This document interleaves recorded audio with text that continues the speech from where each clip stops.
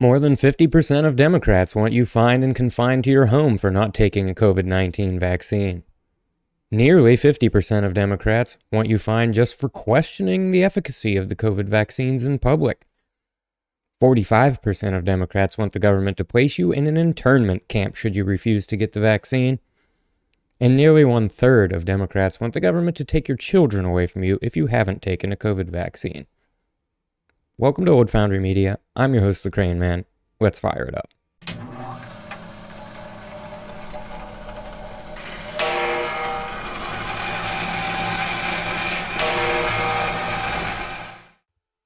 I'll start the video with the bad, but not necessarily unpredictable news. COVID-19. Democratic voters support harsh measures against unvaccinated. 58% of voters would oppose a proposal for federal or state governments to fine Americans who choose not to get a COVID-19 vaccine. However, 55% of Democratic voters would support such a proposal, compared to just 19% of Republicans and 25% of unaffiliated voters. 59% of Democratic voters would favor a government policy requiring that citizens remain confined to their homes at all times except for emergencies if they refuse to get a COVID-19 vaccine. Such a proposal is opposed by 61% of all likely voters, including 79% of Republicans and 71% of unaffiliated voters. Nearly half of Democratic voters think federal and state governments should be able to fine or imprison individuals who publicly question the efficacy of the existing COVID-19 vaccines on social media, television, radio, or in online or digital publications. Only 27% of all voters, including just 14% of Republicans and 18% of unaffiliated voters, favor criminal punishment of vaccine critics. 45% of Democrats would favor governments requiring citizens to temporarily live in designated facilities or locations if they refuse to get a COVID-19 vaccine.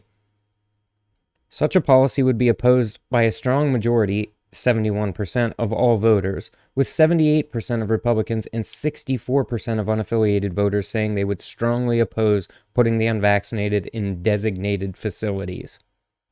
While about 2/3 of likely voters would be against governments using digital devices to track unvaccinated people to ensure that they are quarantined or socially distancing from others, 47% of Democrats favor a government tracking program for those who won't get the COVID-19 vaccine. How far are Democrats willing to go in punishing the unvaccinated? 29% of Democratic voters would support temporarily removing parents' custody of their children if parents refuse to take the COVID-19 vaccine. That's much more than twice the level of support in the rest of the electorate, 7% of Republicans and 11% of unaffiliated voters, for such a policy. In a tweet that refers to the poll that we just read through, Britt Griffith says, "Read the Rasmussen poll numbers. Think about all the Dems in your family or that you know. There's a better than a 50% chance they want you poor and locked up for not thinking like them." At Socialist MMA tweeted, "Get the vaccine to protect you and your family, but if you don't, we're going to traumatize the shit out of you and your children." What the F is wrong with some Democrats right now? This is crazy. On Getter, DC Drano posted, "The leftists that want to put people in camps for not being vaxxed should have to do it themselves. Go ahead, try to stuff that bearded southern dude onto a train. That's not how these people work. They want to turn the government's guns on you for not obeying." Robbie Starbuck posted on Getter saying, "Wow, the Rasmussen poll is stunning. These people are far-left fascists. There's no unifying with people who want to fine you, lock you in your home, put you in prison, and steal your kids from you for questioning a vaccine or not getting it.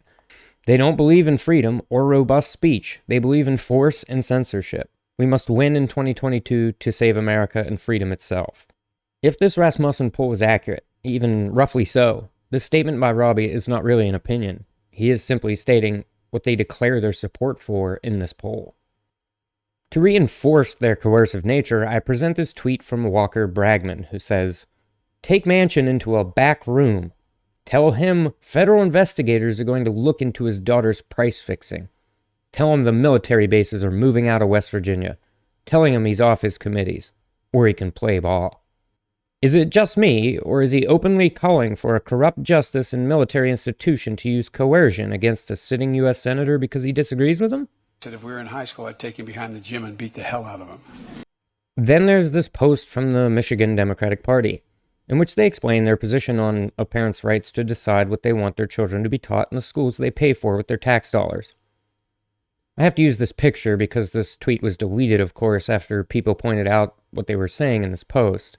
It says, "Not sure where this parent should control what is taught in schools because they are our kids is originating, but parents do have the option to send their kids to a hand-selected private school at their own expense if this is what they desire.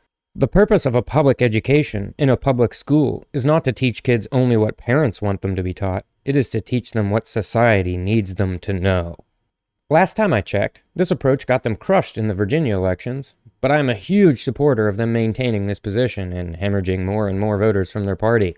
Order number 1, ending the use of inherently divisive concepts, including critical race theory. What do you think about the shocking amount of Democrats who would see their neighbors fined, imprisoned, placed in internment camps, and stripped of their parental rights because they don't want to get an irreversible medical procedure that does not prevent the transmission of COVID-19? Our vaccines are working exceptionally well, but what they can't do anymore is prevent transmission. Does the prospect of these authoritarians having control over major institutions terrify you? No, I don't think it should be mandatory. I wouldn't demand to be mandatory, but I... Let me know in the comments. On to the better news. In this article from Gallup, we see that U.S. political party preferences shifted greatly during 2021. On average, Americans' political party preferences in 2021 looked similar to prior years, with slightly more U.S. adults identifying as Democrats or leaning Democratic than identified as Republicans or leaned Republican. However, the general stability for the full-year average obscures a dramatic shift over the course of 2021, from a 9 percentage point Democratic advantage in the first quarter to a rare 5-point Republican edge in the fourth quarter. The Democratic lead in the first quarter was the largest for the party since the fourth quarter of 2012, when Democrats also had a 9-point advantage. Democrats held larger, double-digit advantages in isolated quarters between 1992 and 1999 and nearly continuously between mid-2006 and early 2009. The GOP has held as much as a 5-point advantage in a total of only 4 quarters since 1991. The Republicans last held a 5-point advantage in party identification and leaning in early 1995, after winning control of the House of Representatives for the first time since the 1950s. In this tweet, Josh Jordan says, "In 2021, Republicans went from a 9-point deficit in party identification to a 5-point lead. If that were to hold into the 2022 midterms, it would be a seismic victory on election night. This is the biggest advantage for Republicans since 1994 Republican Revolution." This tweet from Viva Frey says, "Imagine hating the unvaccinated more than Fauci and the Chinese government who funded this gain-of-function research, and the lab from which it leaked. You'd have to be an idiot to do that, right?" I really identify with the message here. It's very concerning that the Democrats would rather punish their neighbors than those responsible for developing and releasing the virus in the first place. A tweet from Rosa Moe reads, "The unvaccinated are not a threat to you. It's your own mental illness." I agree with Rosa, and I don't see how anyone could disagree. They admit the vaccines don't stop transmission. They admit the masks don't stop aerosolized particulate. Yet still, these authoritarian Democrats want you to be forced, at penalty of imprisonment, internment in a camp, and fines to obey their mandates related to vaccines and masks. If the things you are mandating and want to lock your neighbors up over are not even effective at mitigating the spread of COVID-19, how is it anything other than a mental illness that could drive someone to support these measures? Janine Yunez tweeted about the Democratic Party's recent policy implementations, saying, "Nothing any Republican politician has done has made me feel as dehumanized, humiliated, and commodified as these Democrats are now. I'm taking my fury to the ballot box, and I hope you all do too." I think we'll be seeing quite a bit of fury taken out at the ballot box in 2022, and hopefully in 2024 as well. These next images are pictures of street art that has appeared in Washington, D.C. after the local vaccine mandates took effect. The images are stark and powerful, stressing the administration's desire to force and coerce compliance out of its American citizens. Here's an image of an enthroned Brandon, and it's headlined with the words, "Mandate, segregate, and subjugate. This image is my favorite of them, as I believe it most succinctly communicates what has happened to many people in America. The conversion to the religion of Fauciism, where contradictory information is commonplace, science is ignored unless it's convenient, and the narrative had better not be questioned. I'll end with this image. This image represents another factor I believe will generate some fury at the ballot box. More and more people are opening their eyes to the fact that the FBI has become an overtly political enforcement tool for the Democrat Party. Combine this with the Rasmussen poll, and you're staring down the barrel of something much more horrible. And I'm not even touching on the Biden administration's use of counter-terrorism tools against school board meeting moms, at least in this video. Big thanks to my subscribers and commenters. Like and subscribe if you enjoyed the content. This is the Crane Man, punching out.